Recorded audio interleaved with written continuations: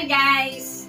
Kumusta na po kayo? Bago po ako mag-vlog, gusto ko pong magpasalamat sa mga nanonood at nag-subscribe, nag-like at nag-share ng aking vlog. Salamat po ng marami sa inyong lahat. Ang gagawin ko po ngayon ay 3 Sabrina na dress, semi-duster po ito. 3 piraso po ito at ito po ay 1 kilo. Ang 1 kilo po nito ay 200. Kaya itong 3 ito guys ay 200 lang.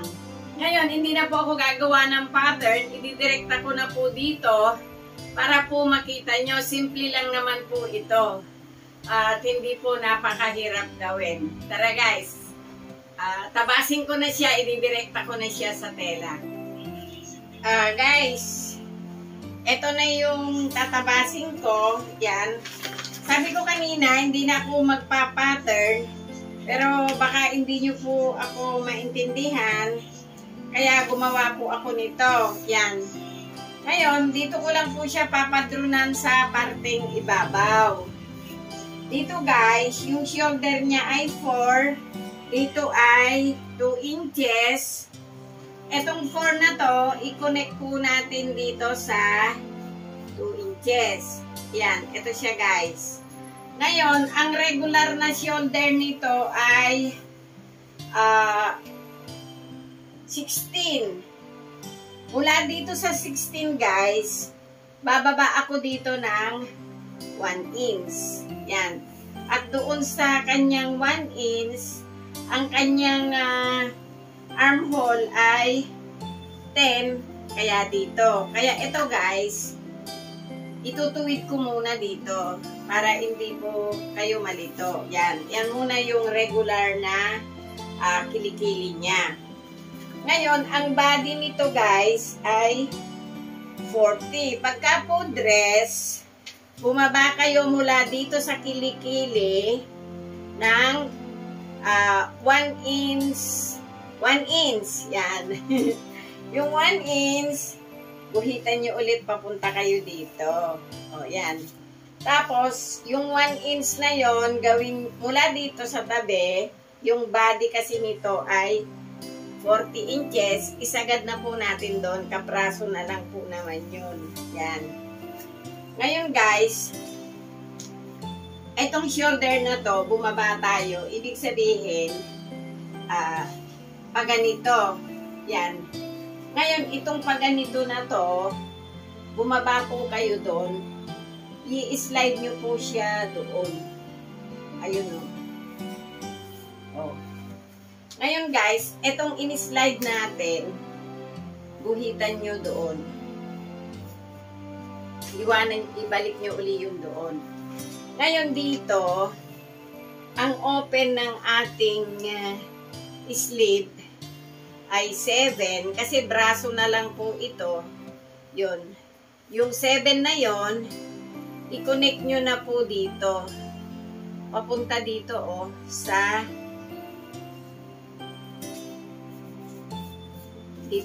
pinakabewang. Gugupitin ko na siya guys Malinaw na ba sa inyo? Ito yung neck. Mula dito, gupitin ko na siya papunta doon. Tapos guys, ito yung regular na shoulder. Lalampas tayo, pupunta tayo doon. Yun, ibuka natin kasi yun yung pagtutupian natin mamaya. Yun guys. Ngayon ito, lagyan nyo ng tandaan na gano'n. Iakyat po natin ng konti.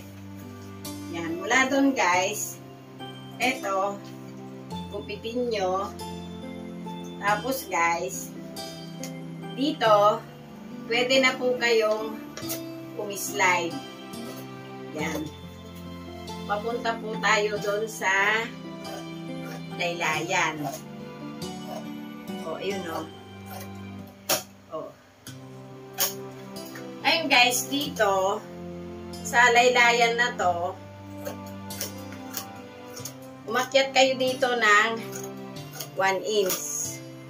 Oh, ito na siya guys. Tapos na yung Sabrina dress natin. Tapos dito, maglagay kayo ng nuts para sa bulsa. Oh. Ngayon, etong buo, ito guys, oh, ito yung buo na galing doon sa tabi nyo. I-fold nyo ng paganito. O, yan. Tapos, ipatong nyo po ito. Para po, hindi kayo mamroblema ng facing. Yan, naipatong po natin. Gupitin nyo siya ng tuwid doon. Tanggalin nyo ito. Ito yung ginupit natin. Oh. Ito na po yung pinaka-facing natin dito. O yan guys, ganun lang siya kadali. Tatabasin ko yung dalawa ng ganito rin naman. Kaya nilagyan ko na po kayo ng simpleng padron. O yan. Mula doon sa taas, 2 inches. Mula dito, 4 inches. Ito yung regular na shoulder. Bumaba muna kayo doon. Tapos, idiretso niya siya doon. Lagyan nyo ng ganon para pag pinupian nyo, hindi siya magpipiluwagan. Tapos, ito guys, ito kasi yung guhit natin, kinapos yung pattern. Yan, kinapos yung pattern. Dito po, i-slide na kayo katulad po nung ginawa ko doon. Tapos, diretso na po. Yun lang po ang padron nito. O tara, tatahiin ko po sila pagkatabas ko po nung dalawa. Ito na yung tinabas natin. Ito yung iblinag kong isang piraso. Ito, in-overlock ko na muna yung facing. Yan, dalawa yan. Ngayon, binulsahan ko na ito guys. Ayan o. Yung pagbubulsa nito, lagi nyo naman na po nakikita eh. Yan. Kaya naglagay na tayo ng nuts kanina para hindi kayo maligaw.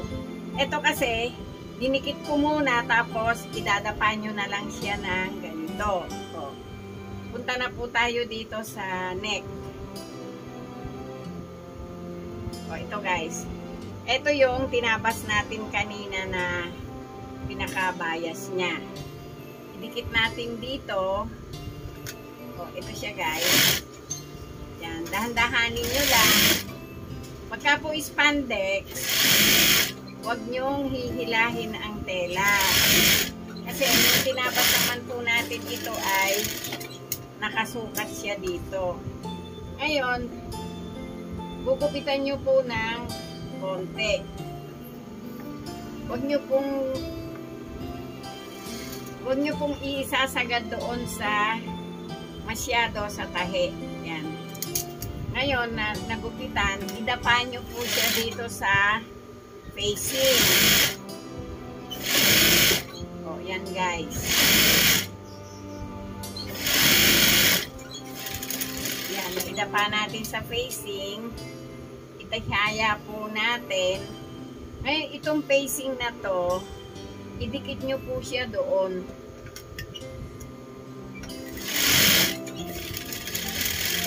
Yan. Ganon din po itong kabila. Siya guys, oh. Sagad nyo yung ilan nyo doon, tapos yan, idikit nyo po siya yan. Ngayon, dito po sa gitna, yan, i-flat nyo po siya ng magandang flat. Ngayon, lagyan nyo po dito ng aspile. O, kaya kahit ano, basta yung kahit karayom pwede. Ayun guys, dito, pasadahan po natin ng papunta doon sa kabila. O yan, pwede nyo na pong tanggalin yung karayom na itinusok nyo. O.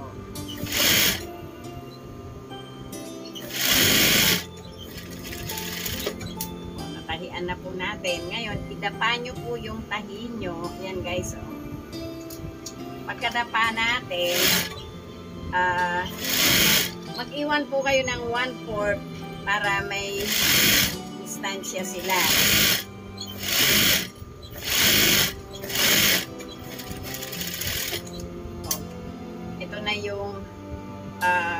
Pwedeng front, pwedeng back. Ito yung isang facing natin. Kung ano po yung ginawa nyo doon kanina sa kabila, pwede nyo rin pong gawin dito. Yan, ganito lang ito guys. Ganito po kayo siyo Sabrina. Yan, ganun din. Gupitan nyo din ng konti.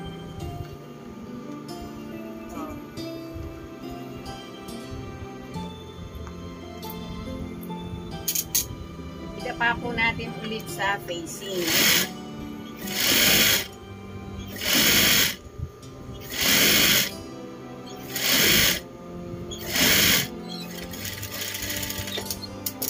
Pagkadapa po natin sa facing, dito, idikit nyo na po muna ito ng ganito. Ayun o.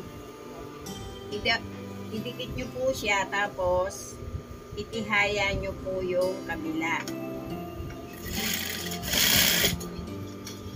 Kailangan guys, pantay ang patong nyo. Tapos, pasadahan po natin hanggang dito. Ito kanina yung in-slide natin ng padagdag. Ano po yung tabas, doon nyo rin po papuntahin yung inyong tahi. Ngayon, dito guys, sa kabilang ito, ganun din. Malayo pa po kayo, kailangan isinusukat nyo na po siya. Kailangan nakapantay na. O, dito na po tayo, ibaliktad nyo ito, ipantay nyo po siya doon. O, i-overlock ko muna yung dalawang shoulder guys. Ito na yung pinide thread natin na shoulder.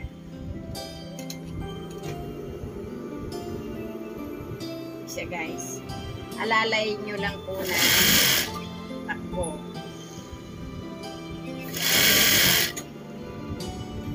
Bali back po ito, pero kahit naman po saan niya i-back o i-front, okay lang po naman. O yun guys. Ngayon, ang ginawa natin kanina ay dalawang pasada. Ngayon guys, dalawang pasada itong kabila kanina para po maganda. Ganun din po ang gawin natin. Ito yung dalawang pasada kanina. Ngayon dito naman tayo sa kabilang ito.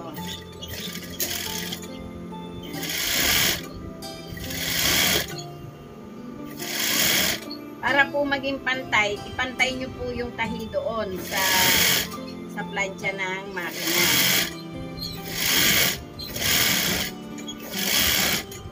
Yan. Ito guys. O, ito na yung manggas natin. Imaging ko na. Yun.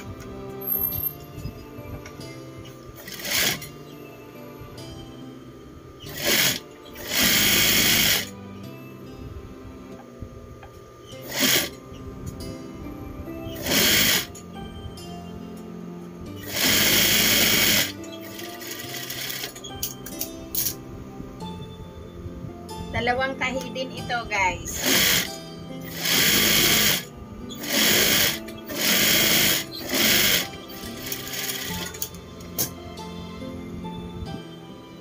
Ngayon, napasadahan na natin. Pagdikitin nyo na yung dalawang sleeve. Ito. Tapos guys, tahian nyo na dito.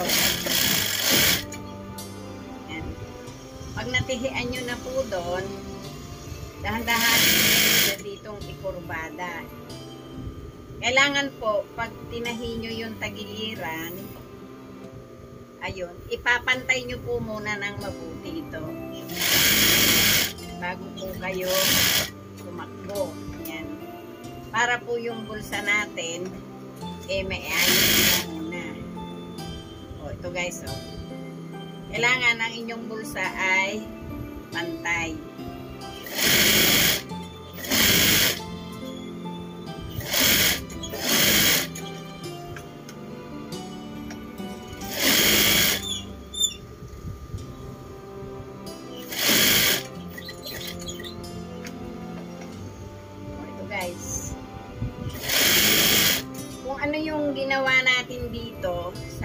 side na tagiliran, ganun din po ang gagawin natin doon sa kabila. O, yan.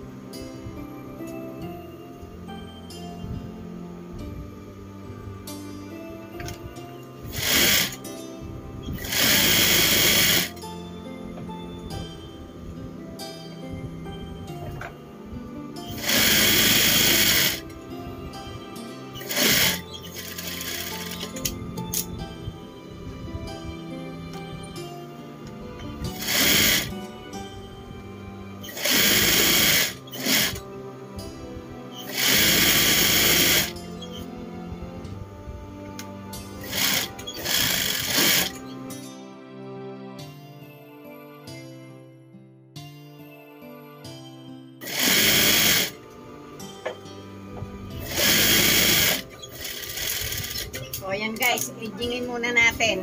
Ito, na-edging na po natin. Tapos, na-edging na rin po yung laylayan. Ito po yung tagiliran kanina. Tutupian na po natin. Ang tupi ko po ay 3/4. Kasi po, pag 1 inch, masyado naman po malaki. 3/4 lang po.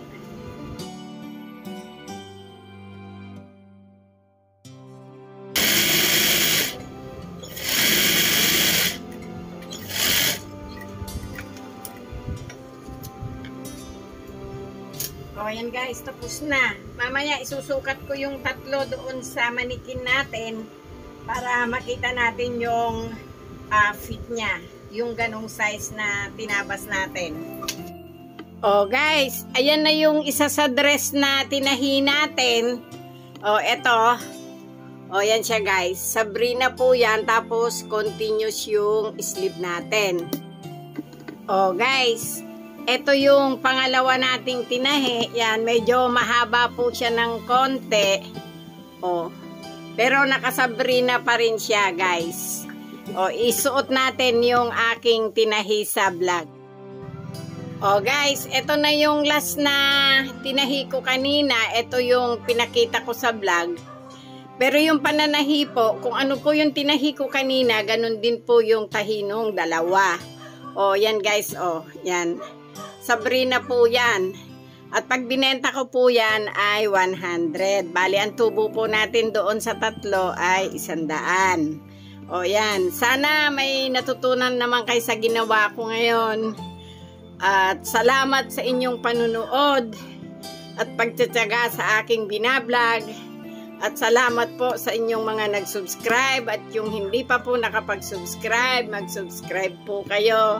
Salamat po sa inyong lahat. Thank you!